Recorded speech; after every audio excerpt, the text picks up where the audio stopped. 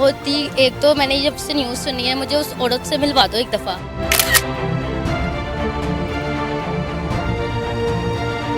जब शोहर ही पाकिस्तान नहीं था तो उसको मारता, कॉल पे मारता था।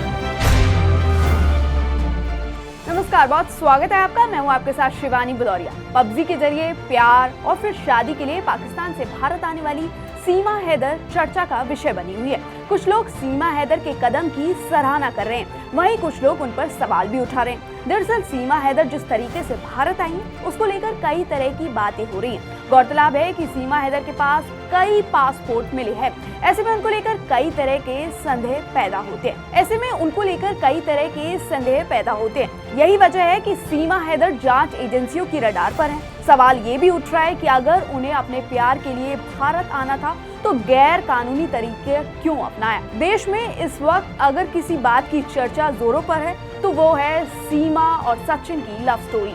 हालांकि देश में अब इस रियल लाइफ गदर प्रेम कथा पर कई सवाल उठने लगे हैं।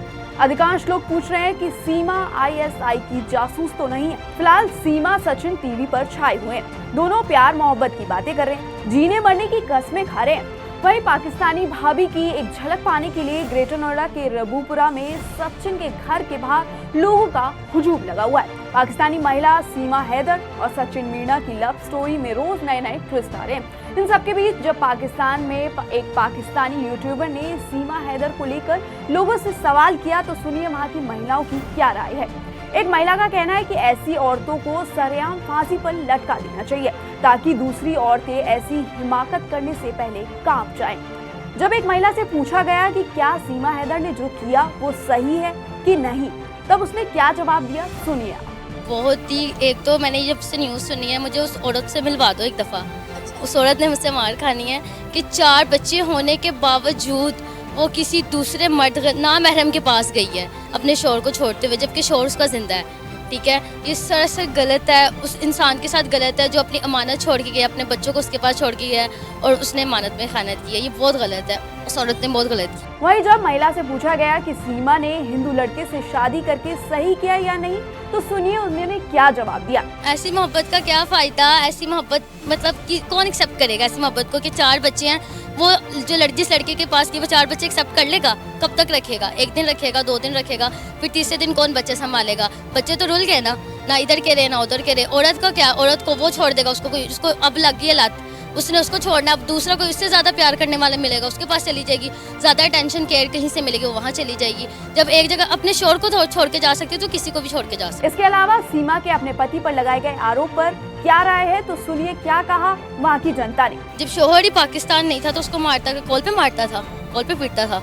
सोचने वाली बात है ना, शौहर पाकिस्तान में नहीं है, कॉल पे अब इतनी एडवांस नहीं हमारी टेक्नोलॉजी कि कॉल पे मारपीट भी होती है। वो औरत गलत ही बोल रही है, मुझे जहाँ तक लगता है। सचिन और सीमा दोनों साल 2019 में ऑनलाइन गेम पबजी के माध्यम से एक दूसरे के संपर्क में आए थे।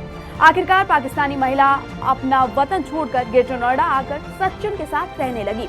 अब सीमा ने सचिन से शादी कर ली, लेकिन सवाल ये है कि क्या सचिन सीमा का पहला प्यार है? तो इसका जवाब नहीं। हाँ, ये बात जरूर सामने आई है कि सीमा गुलाम हैदर नाम के शख्स की पत्नी है, लेकिन गुलाम से शादी करने से पहले भी उसका एक अलग प्रेम कहानी है।